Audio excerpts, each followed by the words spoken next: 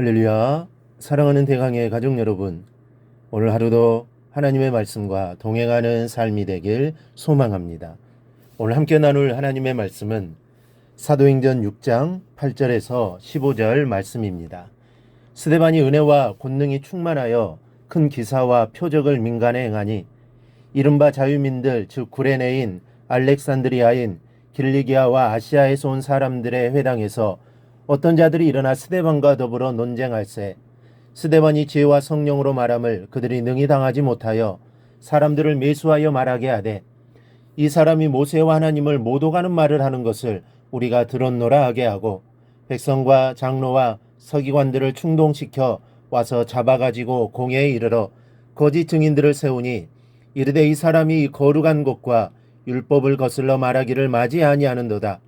그의 말에 이 나사렛 예수가 이곳을 얼고 또 모세가 우리에게 전하여 준 규례를 고치겠다 함을 우리가 들었노라 하거늘 공회 중에 많은 사람들이 다 스데반을 주목하여 보니 그 얼굴이 천사의 얼굴과 같더라. 아멘.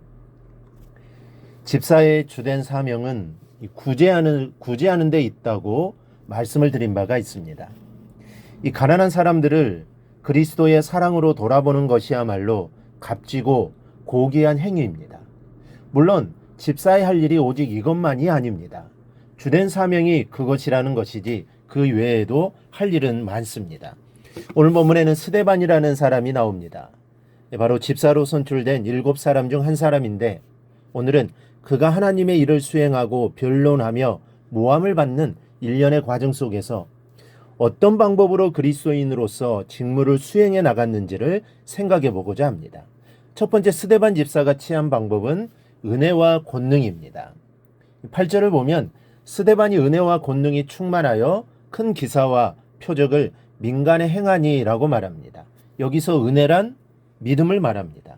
즉 스데반이 믿음과 권능이 충만하여 큰 기사와 표적을 행하였다는 것입니다. 즉 스데반이 평상시에 하나님의 일을 할 때 취한 방법은 바로 믿음이었습니다. 여러분, 하나님의 일을 하는 성도에게 믿음은 필수이고 또 믿음은 능력을 동반하기에 하나님의 일을 할 때는 반드시 기사와 표적이 나타나게 되어 있습니다. 이 사람의 상식으로는 안 될 것 같은 일도 믿음으로 하면 된다는 사실을 믿으시기 바랍니다. 그런데 이러한 사실은 우리에게 중요한 사실 한 가지를 가르쳐 줍니다. 그것은 성령의 권능은 어느 특정한 사람만이 행할 수 있는 제한적인 것이 아니라는 사실입니다. 즉 일반 성도라도 얼마든지 성령이 큰 권능을 나타내 하나님께 영광 돌릴 수 있는 것입니다. 그런데 성령의 큰 권능을 행하기 위해서는 늘 성령 충만한 상태에 있는 성도가 되어야 합니다. 그래야 큰 권능으로 하나님께 영광 돌릴 수 있는 것입니다. 그러므로 늘 성령이 충만함을 위해 기도하시고 그리하여 하나님께 영광 돌리는 삶이 되기를 바랍니다. 둘째로 스데반 집사가 취한 방법은 지혜와 성령입니다. 하나님의 일은 믿음으로 하면 됩니다. 믿는 자에게 하나님이 능력 주시고 능치 못할 일이 없게 하시기 때문입니다. 그래서 기사도 일어나고 표적도 나타납니다. 그런데 믿음 위에 다른 것을 더해야 할 때도 있습니다. 오늘 스데반을 보십시오. 평상시에는 믿음으로 다 했습니다. 그런데 불신앙인들이 논쟁을 걸어온 상황에서는 어떻게 했습니까? 무조건 주먹구구식으로 믿으라고 우겼습니까? 믿거나 말거나 하고 무시했습니까? 오늘 보면 10절은 지혜와 성령으로 말했다고 했습니다. 스데반이 지혜와 성령으로 말함을 그들이 능히 당하지 못하여 지혜와 성령으로 말하자 그들이 당하지 못했다는 것입니다. 당하지 못했다는 것은 스데반이 전하는 복음 진리를 반박할 지혜가 없었다는 것입니다. 여러분, 나 혼자 하는 일은 믿음만 있으면 됩니다. 그러나 더불어 함께하는 일은 다릅니다. 내 생각만으로는 할 수 없습니다. 함께 일하는 사람의 마음과 생각을 알아야 같이 일할 수 있습니다. 때문에 지혜가 있어야 하고 성령의 도우심이 있어야 합니다. 변론 또한 마찬가지 아니겠습니까? 나 혼자 떠들고 끝나는 것이 아닙니다. 상대방의 주장을 듣고 내 생각을 납득시켜야 하는 것이 변론입니다. 그러니 지혜가 없고서야 어찌 변론할 수 있겠습니까?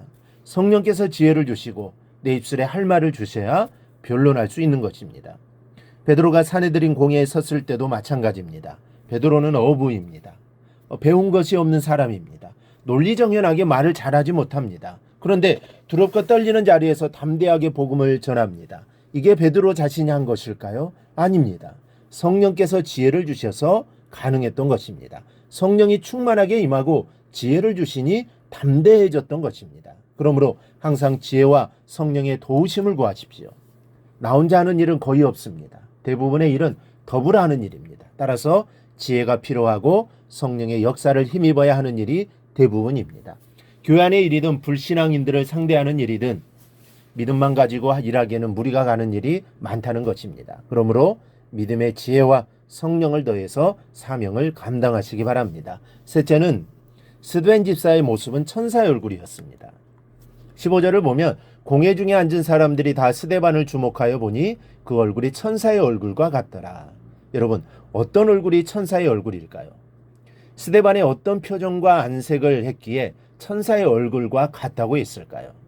이 천사의 얼굴은 본문의 형편을 고려해 볼 때 아무런 원망이 없는 온유하고 평온한 얼굴이라고 생각합니다. 스데반의 입장을 생각해 보십시오. 모함을 당했습니다. 자기와 변론하던 자들이 못 당하겠으니까 거짓 증인들을 내세워 자신을 체포한 다음 공회에 세웠습니다. 이 억울한 상황이 아닐 수 없습니다. 요즘 같으면 무고죄로 맞고소를 하고 난리를 피워도 한참 피울 상황입니다. 그러나 스데반은 일절 동요하지 않았습니다. 이런 스데반의 모습이 오늘을 살아가는 저와 여러분들의 모습이기를 바랍니다. 억울한 일을 당하는 상황 속에서도 요동치 않는 고요하고 평안한 모습을 세상 사람들에게 보여줄 수 있기를 바랍니다. 저와 여러분의 얼굴이 천사의 얼굴처럼 보여지기를 원합니다. 흔히 인생 40이 되면 자기 얼굴을 책임을 져야 한다고 말합니다.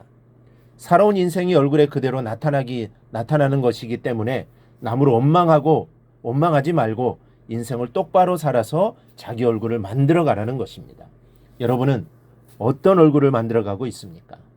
천사의 얼굴로 하나님의 일을 이루시기 바랍니다. 원망과 시비가 없는 온유한 모습의 일꾼들이 되시기를 바랍니다. 그리하여 세상 사람들에게 예수를 나타내고 하나님의 영광을 나타내는 성도님들이 되시기를 주님의 이름으로 축원합니다. 오늘 묵상한 말씀을 굳게 잡고 삶으로 실천하며 살아내는 대강의 모든 성도들이 되기를 축복합니다.